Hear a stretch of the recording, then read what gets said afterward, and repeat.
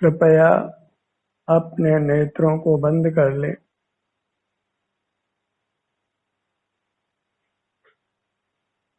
अपना ध्यान अपने आप पर ले आइए। अपना ही अवलंबन लीजिए।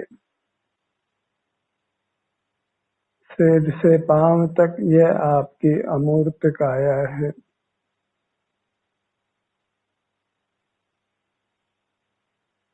सुख स्वभावी है।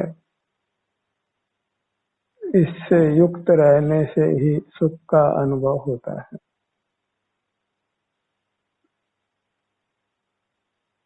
अपनी मुद्रा को लक्ष्य में लीजिए।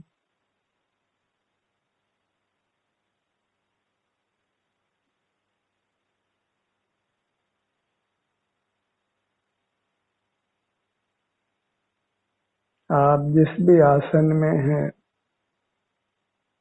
उसको अनुभव में लीजिए। अपनी मूरत को,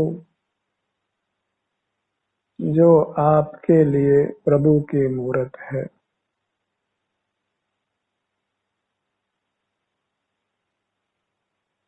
भक्त और भगवान एक ही वस्तु में घटते हैं। एक ही व्यक्ति में आप ही भक्त है और आप ही भगवान है।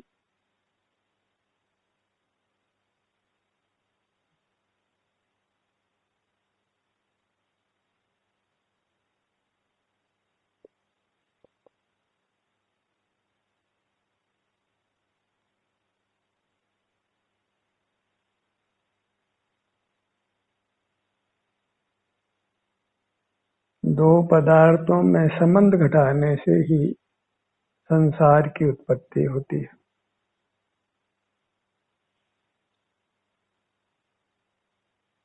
राग द्वेष की उत्पत्ति होती है।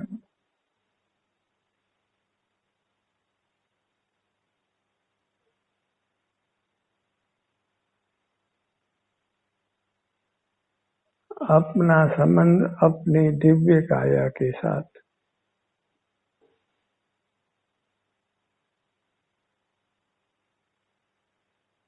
हम ही अनुभव करने वाले हैं और अपना ही अनुभव करने वाले हैं।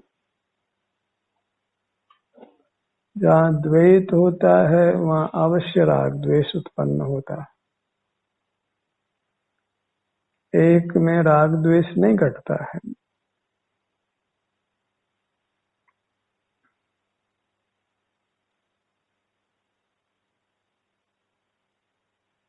इसलिए अपने से युक्त रहने से ही हम वीतराग रहते हैं और राग नहीं होने से बंधन नहीं होता। राग द्वेष के परिणाम स्निग्ध परिणाम हैं, जिससे कर्म रूपी धूलि आकर हमारे साथ चिपकती है, बंध जाती है। फिर हमारी अमूर्त काया में नाना प्रकार के दुखों की उत्पत्ति होती है। इसलिए कर्म धूलि को मल कहा है, मैल कहा है, जिससे हम संसार में नाना दुख भोगते हैं। अपने सन्मुख रहने से हमारे को स्निग्ध परिणाम नहीं होते, राग द्वेष के परिणाम नहीं होते। इसलिए कर्म रूपी धूलि जमा नहीं होती और पहले से बद्ध कर्म धूलि अलग हो जाती है और हमारी अमूर्त काया अत्यंत सुखद प्रकट होती है, अनुभव में आती है। वही परमात्मा दशा है, जिसको पाने के लिए हम इस कार्यक्रम से जुड़े हैं। अपने परमात्मा पद को प्रकट करने के लिए, जहाँ उत्तम सुख का अनुभव है, अविनाशी सुख का अनुभव है, मूर्त काया का बंधन नहीं है, जन्म मरण का भूख प्यास सर्दी गर्मी नाना प्रकार के रोग, वो सब दुख नहीं है। रोग नहीं है, शोक नहीं है, भय नहीं है, किसी प्रकार का चित्त विकार नहीं है। इसके लिए बस अपने आप से युक्त रहना है, अपनी मूरत को प्रभु की मूरत मानकर इसके संवेदन रूप रहना है। ये अपना परमात्म तत्व स्वसंवेद्य है। इसके सुख का वेदन होता है, अनुभव होता है।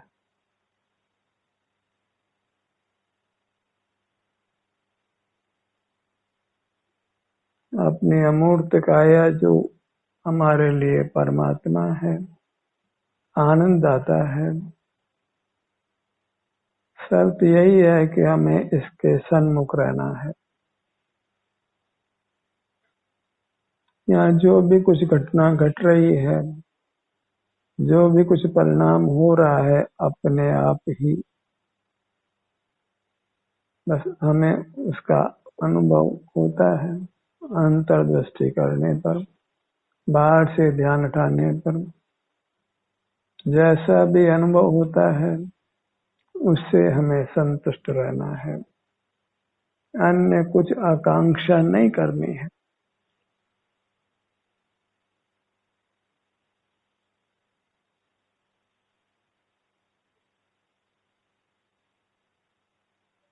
इंद्रिय ज्ञान का निरोध करने का भरसक प्रयत्न कीजिए।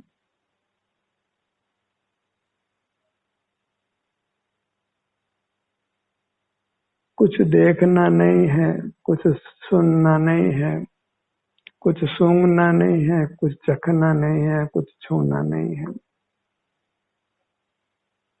मूर्त पदार्थों के स्पर्श को, रस को, गंध को, वर्ण को और शब्द को जानना नहीं है। इस चेतन का जड़ से कैसा नाता?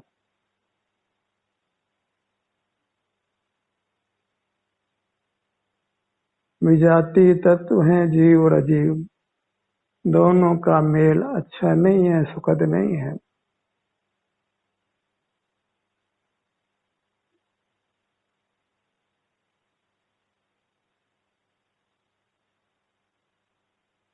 आजीव के आश्रय से कभी सुख होने वाला नहीं है,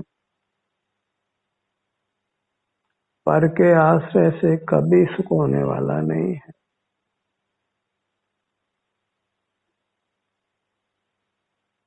बाह्य पदार्थ तो दूर रहो, हमारे साथ बद्ध मूर्त काया भी पर है।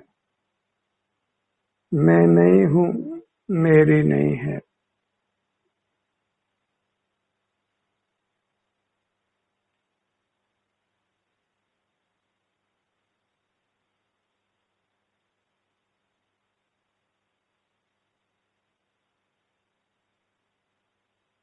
अपने हर अंग को परमात्मा रूप देखिए,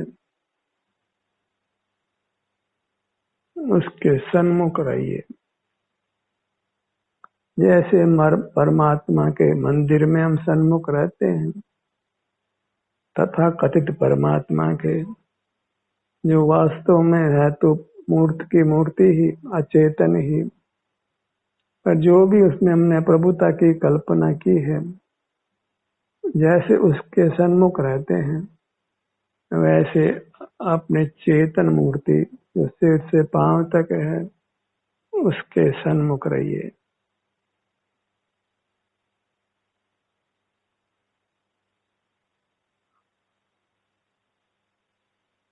परमात्मा आत्मा है, मूर्त नहीं है, अजीव नहीं है।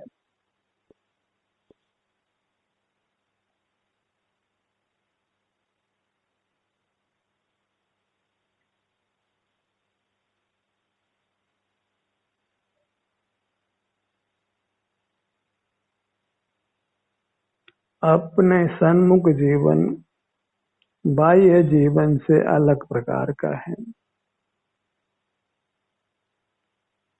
अपने सन्मुख जीवन में शांति है, कुछ करने का, जानने का भाव नहीं है।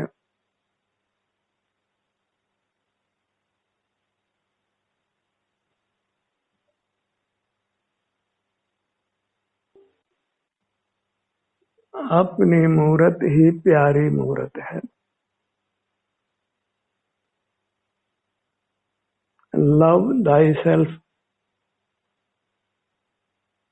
अपने आप से प्रेम करिए। जो उत्तम सुख चाहते हैं, अविनाशी सुख चाहते हैं, अपने आप से प्रेम करिए।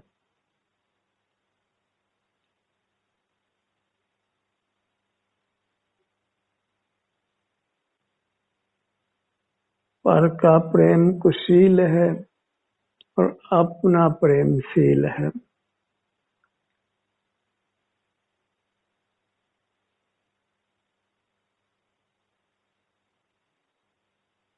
पर से जीव बंधता ही है, छूटता नहीं है।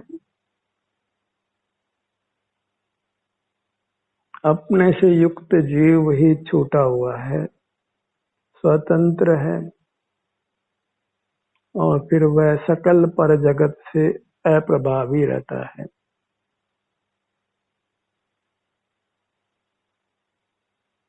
सुखी रहता है, उसको किसी पर पदार्थ की आवश्यकता नहीं होती। जीने के लिए धन की किंचित भी आवश्यकता नहीं रहती। आहार पानी वस्त्र मकान की आवश्यकता भी नहीं रहती, जब वह अपने से युक्त रहता है।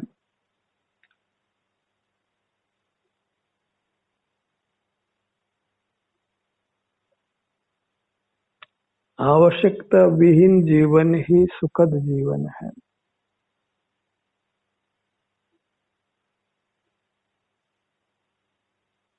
आवश्यकता को ही दुख जानो, इच्छा ही दुख है। वांछा पर पदार्थ की, वह सब दुख है। पर पदार्थों का जानना ही दुख है। स्वास्थ्य अच्छा हो तो सुख तो स्वास्थ्य का होता है। मान लेते हैं कि पर पदार्थ के जानने से सुख हुआ।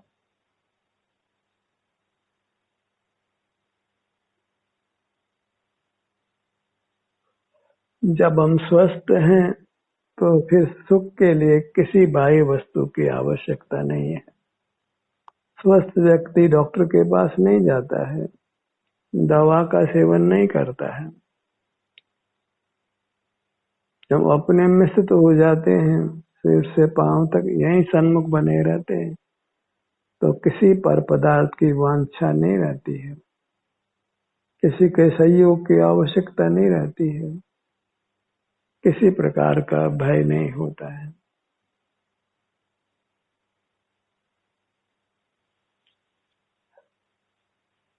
एक ही सुख का उपाय है, स्टे इन दाई सेल्फ।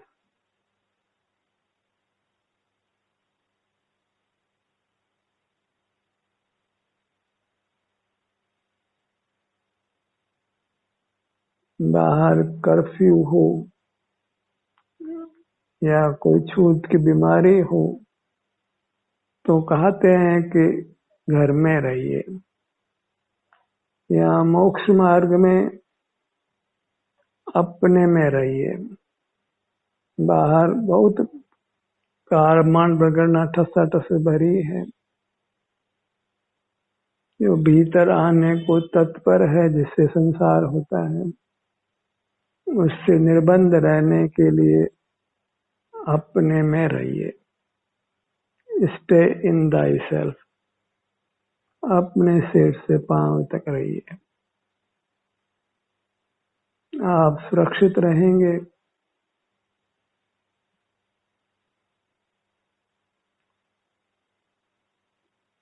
एकदम सुखी रहेंगे।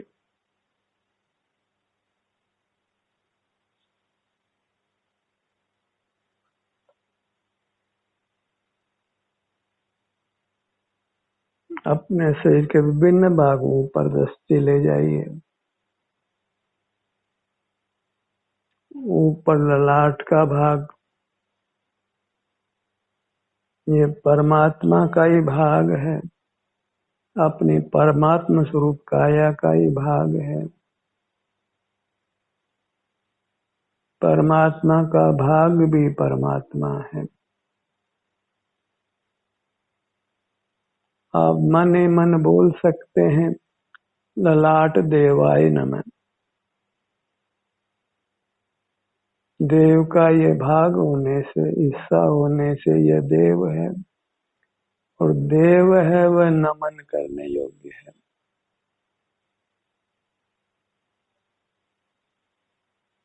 मन ही मन ललाट देवाय नमः। भीतर से ही महिमा हो अपनी काया की, अपने स्वरूप की, अपने परमात्मा रूप की अपरिमित महिमा, कोई उसकी मर्यादा नहीं होनी चाहिए। ध्यान ललाट पर और मन ही मन ये विकल्प करिए, ललाट देवाय नमः। मूर्त ललाट का प्रकरण नहीं है। नेत्र हमने बंद किए हैं और ललाट के भाग पर हम पहुंच जाते हैं। यहाँ के सुख शांति का हमको वेदन होता है। आराम है तो आराम का, वेदना है तो वेदना का।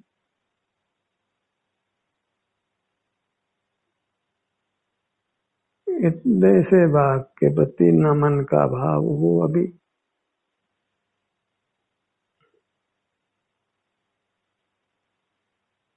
नाना देवों की आराधना करना हो तो सिर से पांव तक हर भाग को देव मानकर उसको नमन करिए।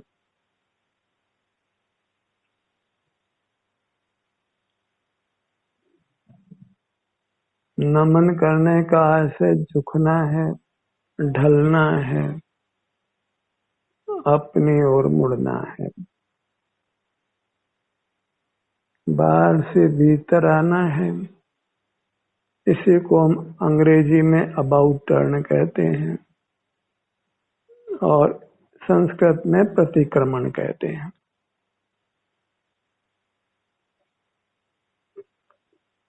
प्रति माने उल्टा, काउंटर, उल्टा क्रम।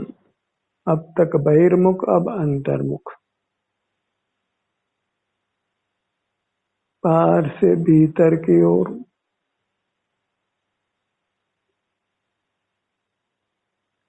जब हम बाहर से भीतर की ओर आते हैं, अपने सन्मुख होते हैं, अपने सन्मुख ठहरते हैं, वही पर्व है, त्योहार है, उल्लास का अवसर है, हर्ष का अवसर है।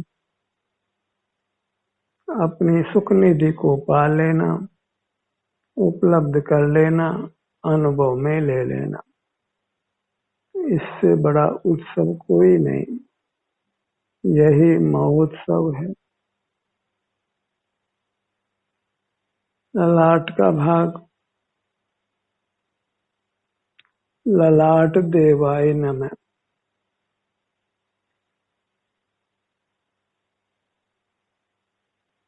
भीतर से ही नमन का भाव होना चाहिए, ओढ़ा हुआ नहीं। अंतरंग से ही हमको नमन का भाव आना चाहिए, अपनी महिमा आना चाहिए। सिर से पांव तक जो हमारा ये स्वरूप है, मूर्त काया में मिला हुआ, मूर्त काया के बराबर ये परमात्मा स्वरूप है। जैसे बाह्य परमात्मा की हम भक्ति करते हैं, नमन करते हैं, उससे अनंत गुना महिमा लेकर अपने को नमन करिए, भक्ति करिए। बाहर से कदाचित उपदेश मिल सकता है, लेकिन सुख नहीं मिल सकता है। अपने से अपनी ओर ढलने से प्रेरणा भी मिलती है, वही उपदेश है और सुख भी मिलता है। इसलिए अपने अमूर्त काया को गुरु कहा, शास्त्र कहा। इसकी ओर ढलते हैं तो हम संसार समुद्र से पार होते हैं, जन्म मरण से पार होते हैं, सकल दुखों से मुक्त होकर अविनाशी उत्तम सुख पाते हैं।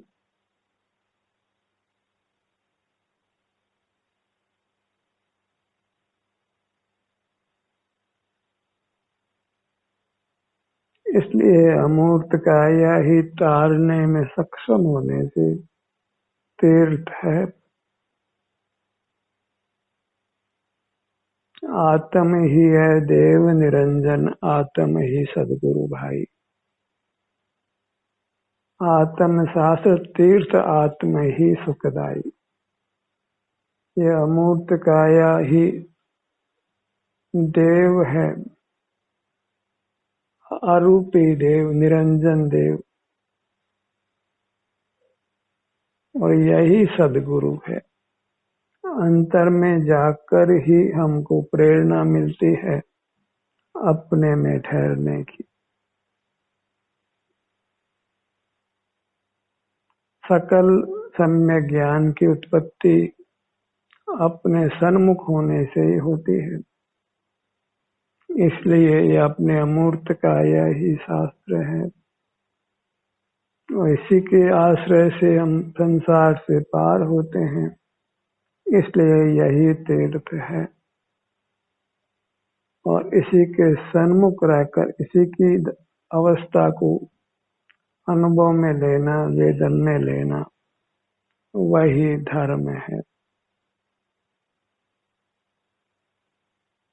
ऐसे देव शास्त्र गुरु को जो आप ही हो, आप ही हैं, अपने अमूर्त काया ही है, उसको सत सत बार नमन करिए, बारंबार नमन करिए, मैंने बारंबार इसके सन्मुख रहिए। ऐसे देव शास्त्र सदगुरु को सत सत बार नमन, सत सत बार नमन। दूसरे को तो हमने नमन किया है, पर अपने को नमन करना भूल गए, और अपनी ओर नहीं झुकने से ही, अपनी महिमा नहीं लेने से ही हम बहिर्मुख रहे, उनके सन्मुख रहे जिनमें सुख नहीं है, जड़ पदार्थों के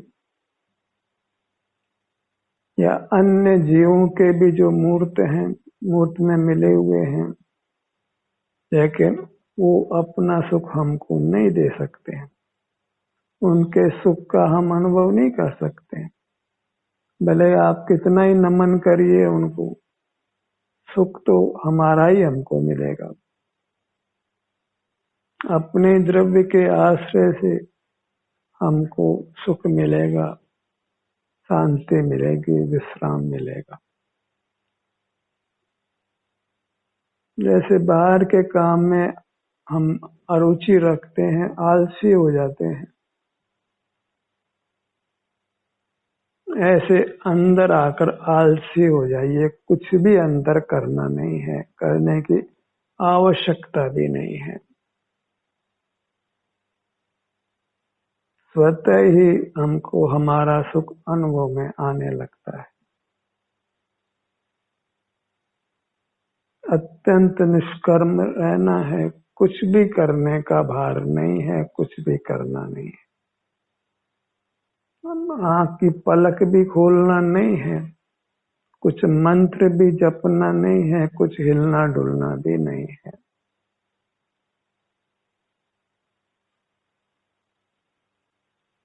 एकदम शांति, पूर्ण वीतरागता।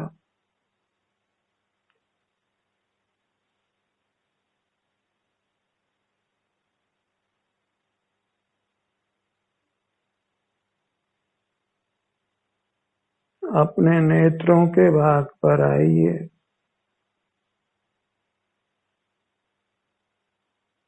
और मन ही मन नेत्र देवाय नमः।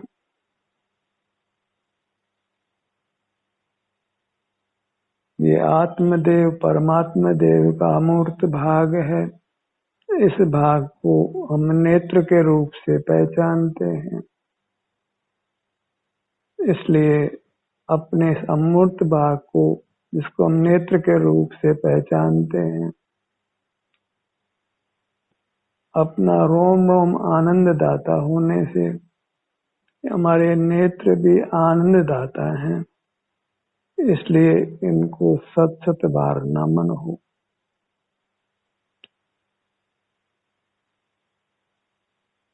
नेत्र देवाय नमः। अन्य कुछ भी विकल्प नहीं करना है, उसकी आवश्यकता भी नहीं है।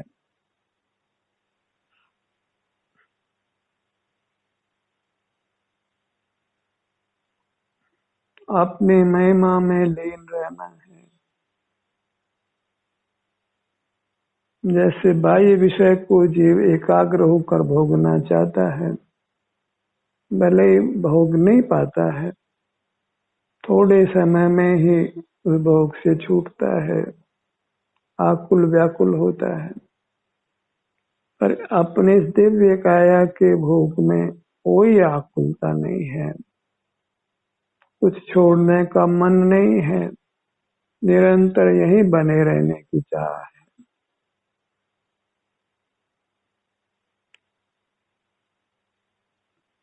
पहले से संचित कर्म का तीव्र उदय होता है, वह हमें बाहर धकेलता है।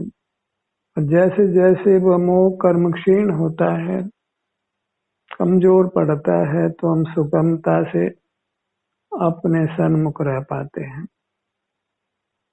और सहजता से बहिर्मुख नहीं होते।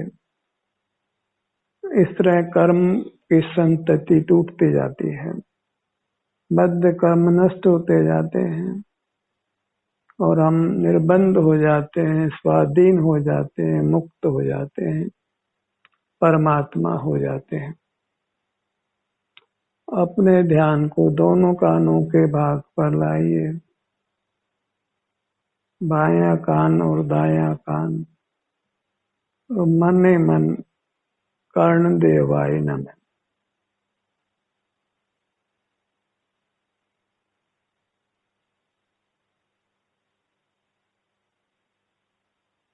पुनः अपने पूरी मुद्रा को लक्ष्य में लीजिए, सिर से पांव तक। और अमूर्त काय देवाय नमः।